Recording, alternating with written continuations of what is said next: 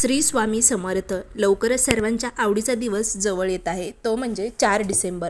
4 डिसेंबरला दत्त जयंती आहे. 28 नोव्हेंबरपासून गुरुचरित्र या पवित्र ग्रंथाचं पारायणाला सुरुवात होत आहे. ते 5 तारखेपर्यंत म्हणजेच 5 नोव्हेंबरपर्यंत. बऱ्याच जणांना गुरुचरित्र या पवित्र ग्रंथाचं पारायण करायला जमत नाही, कारण गुरुचरित्र या ग्रंथाचे बरेचसे नियम देखील आहेत आणि त्याचं पालन करणं खरंच खूप महत्त्वपूर्ण आहे. गुरुचरित्र या ग्रंथाचं पारायण केल्यामुळे घरामध्ये शांतता निर्माण होते. तसेच कोणतीही दृष्टी, वाईट नजर असू द्या, कर्ज, घरातले वास्तुदोष असू द्या, कोणताही दोष असेल त्याचं निवारण करण्याची ताकद गुरुचरित्र या पवित्र ग्रंथामध्ये आहे.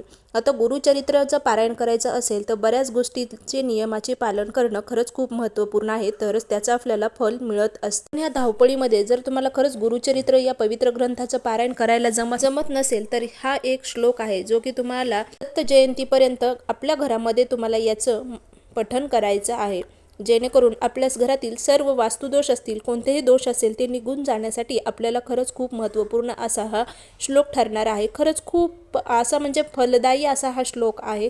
तुम्ही करून बघा. केल्याने सर्व गोष्टी साध्य होतात, पण आपण जी गोष्ट करतोय, कोणतीच सेवा लहान किंवा मोठी नसते, आपण केलेल्या सेवेचं फळ आपल्याला नक्कीच मिळत असतं. तर तो श्लोक जो आहे सकाळी लवकर उठून आंघोळ करून आपल्या देवघरापाशी बसून आपल्याला म्हणायचा आहे. तर तो श्लोक असा आहे की दत्ताचा अवतार हा कलियुगी, श्रीपाद पिठापुरी, त्यामागे दुसरा नरसिंह सरस्वती, कारंजा ग्रामांतरी, तीर्थहिंडते पातला भिलवंतरीच्या संगमा, तेतून मठ गाणगापुरी, बसे वारी दीनाच्या श्रमा.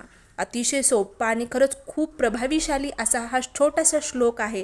त्याचं पठण दररोज नित्यनियमाने आपल्याला दत्त जयंती येईपर्यंत करायचं आहे, जेणेकरून आपल्या घरातल्या जो काही वास्तुदोष असेल किंवा काही अडचणी असेल, दुःख, दारिद्र्य याचं निवारण होण्यासाठी खरंच खूप प्रभावीशाली असा हा श्लोक आहे. तर या श्लोकाचा अर्थ असा होतो की श्री गुरुदत्ताचा अवतार कलियुगात श्रीपाद पिठापुरी येथे झाला. त्यांच्यानंतर दुसरे नरसिंह सरस्वती हे कारंज गावात आले. ते विविध तीर्थात फिरत भिलवंतरी या संगमस्थानी पोहोचले. तेथून ते गाणगापुरी येथे मठ स्थापून दीनदुबळ्यांच्या सेवेत राहू लागले.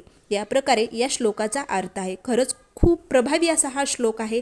त्याचं पठण नक्की करा. श्री स्वामी समर्थ. जय जय स्वामी समर्थ. अवधूत चिंतन. श्री गुरुदेव दत्त.